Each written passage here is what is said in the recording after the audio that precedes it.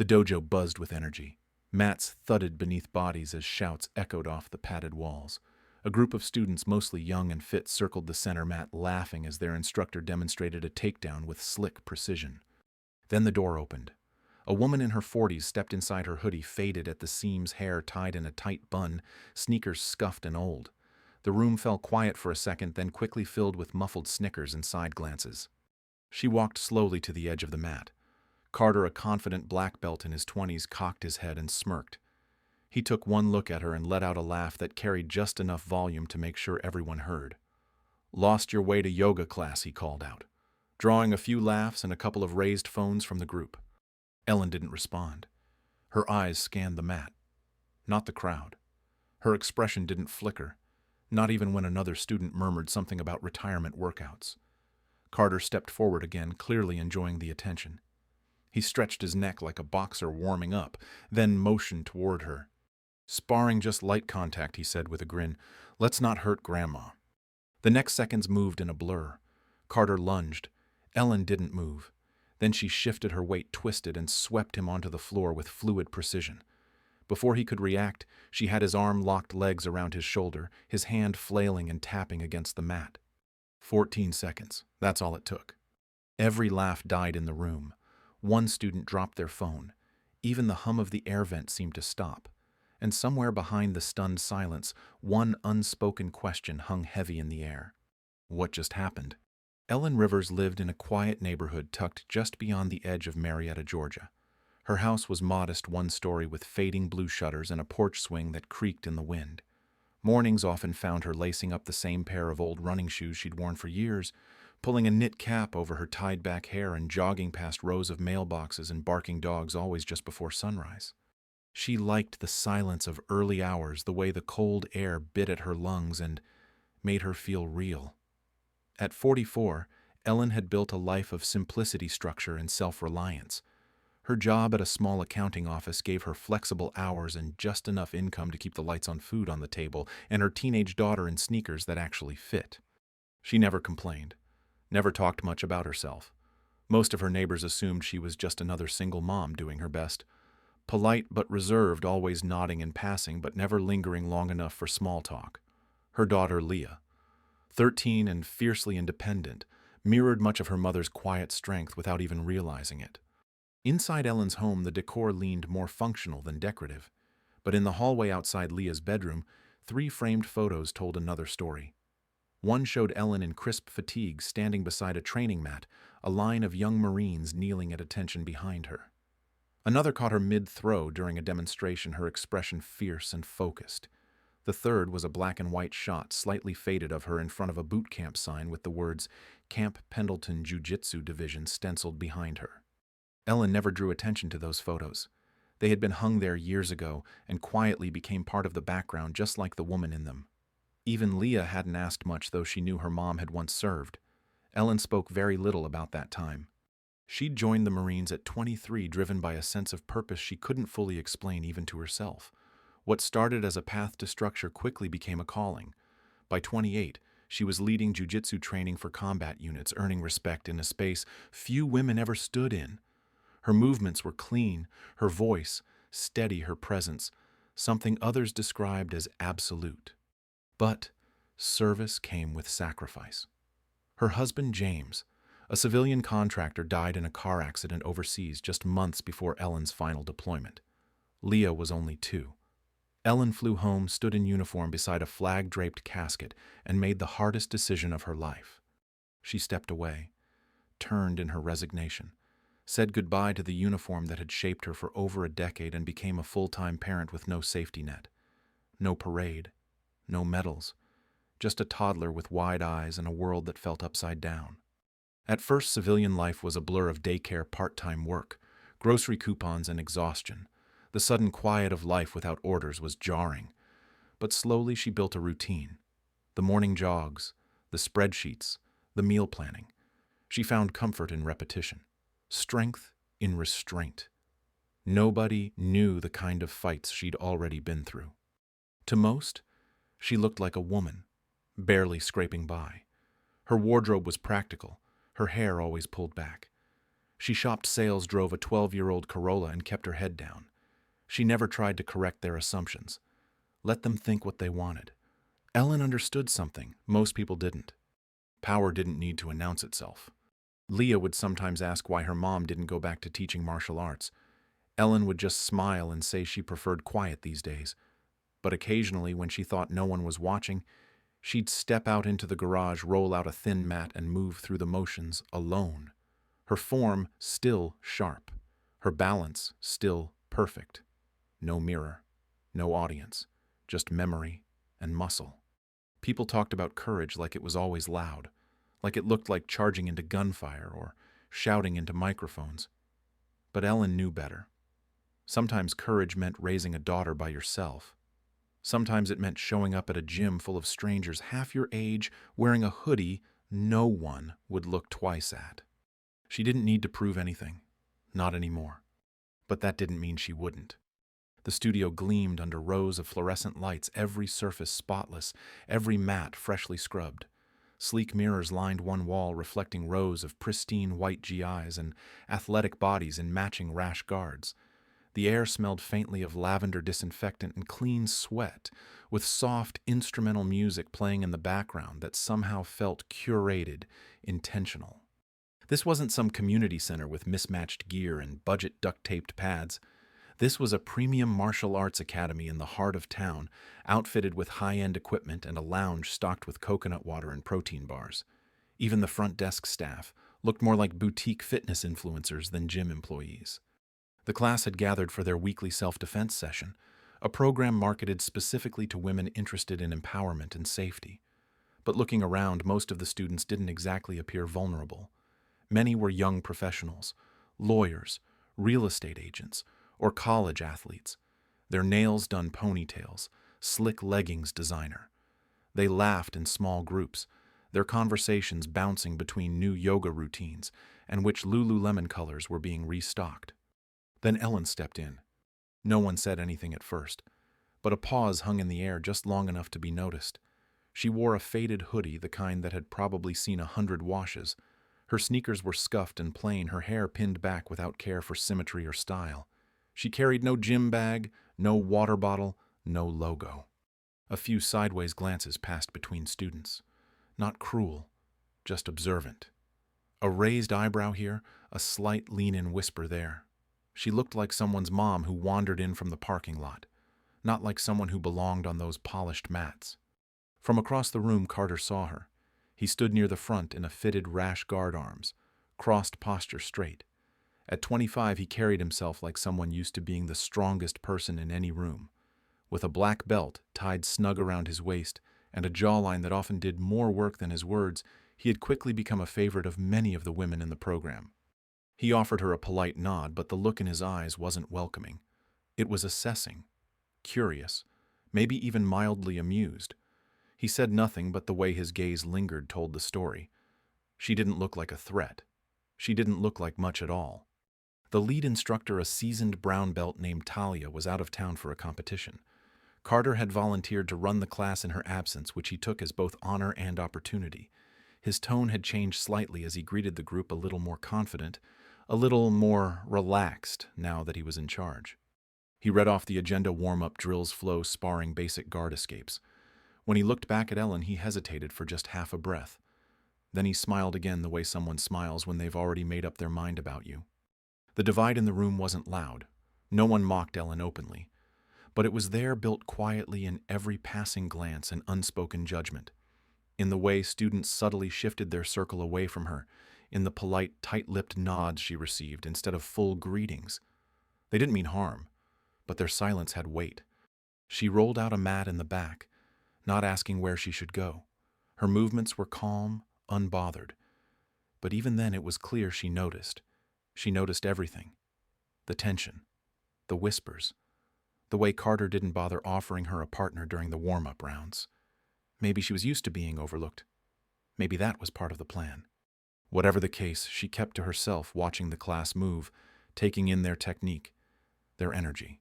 She didn't stretch dramatically or show off. She didn't try to prove herself. Not yet.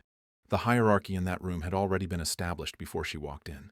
and no one expected it to change. Carter clapped his hands once loud enough to pull attention back toward the center mat. He stood with an easy swagger, the kind that came from knowing all eyes were already on him. Then he looked directly at Ellen and lifted his chin just slightly. "Let's have you demo this next one," he said, voice light but sharp at the edges. There was a pause followed by a ripple of chuckles. "You know, for the basics. We'll take it slow. Don't want anyone pulling a hip muscle." A few students laughed out loud. Someone near the back pulled out their phone and started recording, angling it just enough to capture both Carter and Ellen in the frame.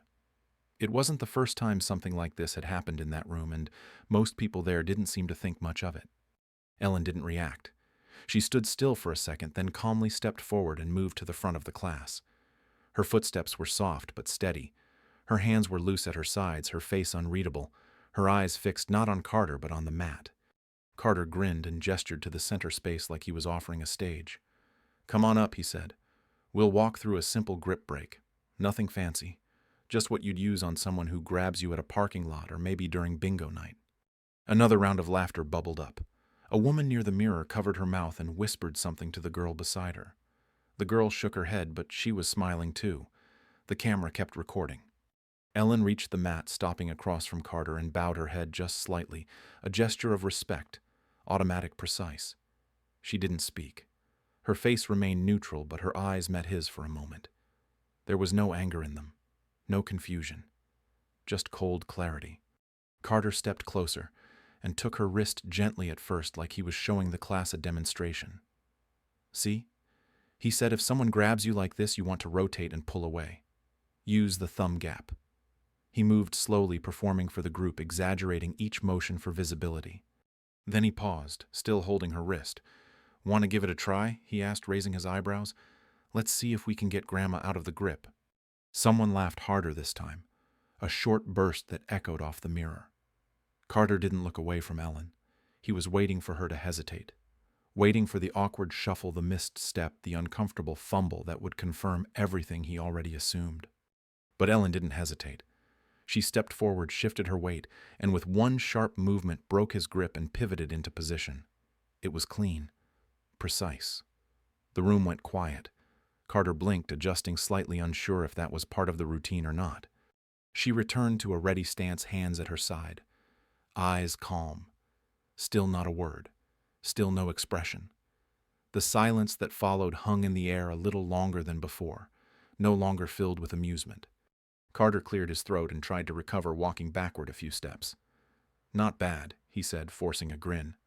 "Let's see how she handles a takedown. This one's a bit more advanced, but I'll go easy." Ellen didn't flinch. Her eyes followed his every move. The shift in energy was subtle but unmistakable. The crowd that once smiled was now watching more closely. Even the camera phone tilted higher, capturing it all. The air in the room thickened. Something had changed. They just didn't know what yet. Carter gave a casual nod and dropped into a loose fighting stance, bouncing slightly on the balls of his feet. He rolled his shoulders, smiling like this was a game he'd already won. Around them, the class formed a half-circle, phones up, voices hushed with anticipation. Ellen didn't move. Her feet stayed planted, her arms relaxed by her sides. For 2 seconds, maybe 3, she just stared at him, not blinking, not breathing hard. It was like she was waiting for something only she could hear. Carter made the first move, a soft jab forward meant to test her reflexes, nothing serious. He followed with a low feint, shifting his weight for what looked like a textbook sweep attempt. He didn't expect resistance. That was his mistake. Ellen stepped into his movement with sudden force. Her hips dropped, her leg hooked behind his, and she twisted with explosive precision. Carter hit the mat hard, the slap of his back against the canvas cutting through the room like a gunshot. He tried to roll, but she was already there. In a blur, she slid her arm under his neck and locked her legs across his chest, choking off movement before he could react. He reached for her elbow, struggling to breathe. Then came the armbar, her body pivoting like a machine, locking his wrist and hyperextending his elbow with surgical speed. His palm slammed against the mat once, then again, then again. Tap, tap, tap. It all happened in less than 14 seconds. The room froze. The laughter, the whispers, the casual energy gone. One student lowered her phone without realizing she'd stopped recording. Another let their device slip from their hands, the plastic clatter bouncing across the floor louder than anything else in the room. Carter lay flat on his back, blinking at the ceiling, chest heaving. Ellen stood, adjusted the sleeve of her hoodie, and quietly stepped away. No one said a word. The silence wasn't awkward. It was reverent. Something had just shifted, and every person in that room knew it. They just didn't have the words yet. The side door opened with a quiet click as the head instructor, Coach Rubin, stepped back into the gym, carrying a clipboard and half-finished coffee. He was mid-sentence calling something out about drills when he looked up and saw Ellen standing beside Carter, who was still seated on the mat, rubbing his arm with a stunned expression. Rubin froze mid-stride. His eyes locked on Ellen for a long second. Then something changed in his face. Surprise, then disbelief, then recognition. The clipboard lowered slowly as he took a few steps forward. His voice dropped the noise in the room, barely audible behind him. "Master Rivers," he said, almost like a question. Carter turned his head. A few students gasped under their breath. Ellen, still calm, gave a single nod in return. It was the kind of nod people give when they aren't surprised to be remembered, just unsure if they ever expected it to happen here. Rubin took another step forward, his tone quieter now, more measured. He turned to the class without raising his voice. "For those of you who don't know," he said, "Ellen Rivers trained Marine Corps close combat units from 2008 to 2013. She was one of only 3 female instructors to lead the advanced Jiu Jitsu program at Camp Pendleton." No one said a word. A few students glanced toward the old photos on the wall as if they expected to see her face there. "She was called Ice Queen," Rubin continued, "but not for the reasons you think. Not because she was cold. Because she never lost control. Not once." A moment hung there, heavy, real. Then a memory, unspoken but vivid, flickered behind Ellen's eyes. There was sand, sweat, a circle of recruits, all men shirtless and steaming in the desert heat. Ellen stood at the center, hands wrapped, face calm, waiting for the first to charge. They came fast. She moved faster. Takedowns, submissions, controlled force. No words wasted. No tolerance for excuses. She demanded precision and gave it in return. One recruit cursed under his breath after being thrown. She ignored it. Reset the drill, called the next number. Her commands were clipped and exact. She corrected grips with a look, not a shout. They respected her because they had no choice. She earned it. Back in the present, Rubin let out a slow breath and gave a small, almost reverent nod. "I haven't seen you in over a decade," he said. "Didn't think I would again." Ellen just looked at him and smiled, soft and small, like she didn't need to say anything more. She never told the class who she was. She didn't need to. In less than 15 minutes, she'd shown them. And now, finally, they understood. For a long moment, no one moved. The air in the room still held the tension from before, but now it had shifted into something quieter, more thoughtful. A few students looked at Ellen like they were seeing her for the first time. The woman who had seemed out of place just minutes ago now stood with the kind of presence that didn't need explanation. One young woman stepped forward, her voice soft and unsure. She asked if Ellen would mind helping her with a choke defense after class. Ellen gave a gentle nod as if the question didn't surprise her. Another student approached a man in his 30s who had smirked earlier during the demo. He didn't try to hide the regret on his face. He asked if she had ever taught outside the military, said he'd be honored to learn from someone like her. Carter came last. He walked over slowly, his usual confidence replaced with something quieter. He didn't say much, just stood there for a moment, then lowered his head and spoke quietly. There was no excuse in his voice, only apology. Ellen looked at him for a moment, then offered a small smile, the kind that meant the apology was accepted, but not necessary. "I'm just here to train," she said, "but I don't mind sharing a few things. No pride, no lecture, just calm, simple words from someone who had nothing left to prove." From that moment, the dynamic in the room changed. Students began to ask questions more thoughtfully. They moved with more attention, more humility. The energy softened. They didn't just want to learn technique. They wanted to understand what made someone like her. Ellen stayed behind after class, helping one pair adjust their grips and walking another through a takedown step by step. She corrected gently, never raised her voice, and always looked people in the eye. That night, no one remembered the joke Carter made or the phone that fell. They remembered the way Ellen moved, the way she carried herself, and how it felt to be in a room with someone whose strength was quiet but undeniable. The sun was low when Ellen stepped off the last bus and started walking the familiar road toward home. The air had that late afternoon stillness, the kind that wraps around you like a soft blanket. Golden light filtered through the trees, casting long shadows across the sidewalk and warming the backs of her shoulders. Her body moved with ease despite the full day behind her. She walked without urgency, hands in the pockets of her hoodie, her breath slow and even. The quiet gave her time to think, but she didn't dwell on the gym or Carter or the look she'd gotten when she first walked in. She'd lived too many versions of that moment to waste energy on it now. Up ahead, she saw the neighborhood park where she used to take Leah after school. The swings were still there, paint peeling a little more each year, and a group of kids played tag around the old jungle gym. She smiled as she passed by, the scent of cut grass rising up around her. A sudden cry stopped her. A girl, maybe 7 or 8, had fallen near the edge of the walking path. Her pink bike lay tipped beside her, one wheel still spinning. She sat in the grass, holding her knee, sniffling, trying hard not to cry, while 2 younger kids hovered nearby. Ellen approached quietly and crouched beside her. She asked if the girl was all right, if anything felt broken. The girl shook her head but looked away, embarrassed. Ellen didn't push. She helped brush dirt from the girl's knee, then adjusted the strap on her helmet. One of the younger kids asked what she should do if someone tried to take her backpack. Ellen paused, then reached down and showed her how to stand with feet balanced, how to use her elbow and voice, how to breathe. Nothing fancy, just enough to make them feel like they could push back if they ever needed to. They practiced it once, then again. The kids giggled. The girl with the bike wiped her face and stood taller. Ellen ruffled her hair gently and told her she was brave for not crying. As she walked away, she didn't turn to see if they were watching her go. She didn't need to. The sky had shifted to amber now, the sun slipping behind the rooftops. Ellen crossed the last intersection, her steps slow, steady, familiar.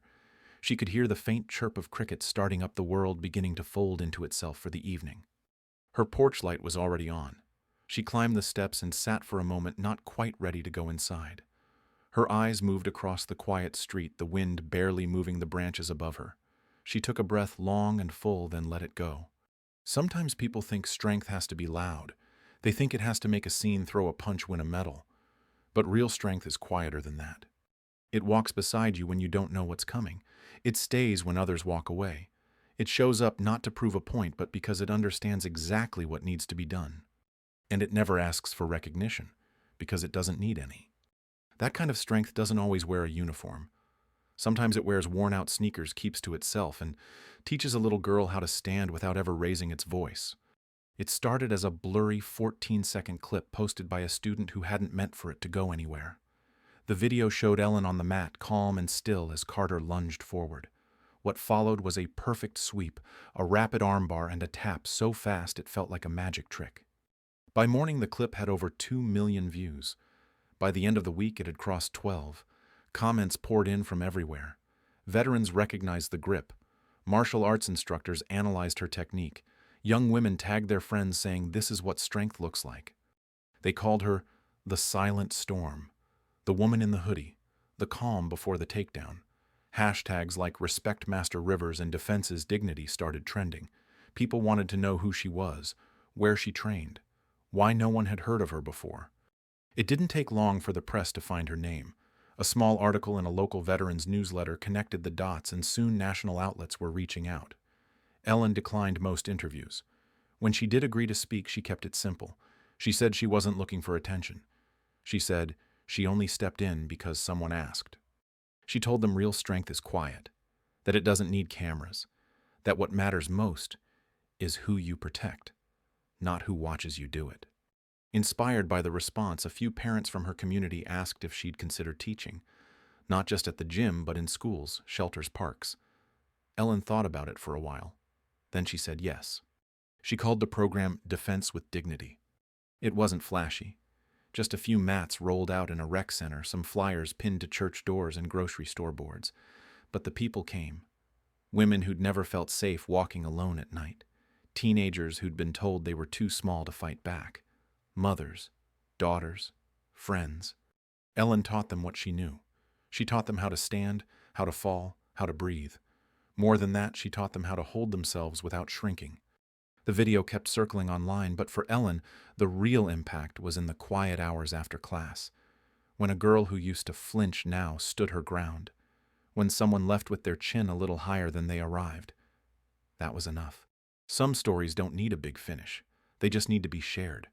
Because sometimes seeing someone strong in silence gives the rest of us permission to be strong too.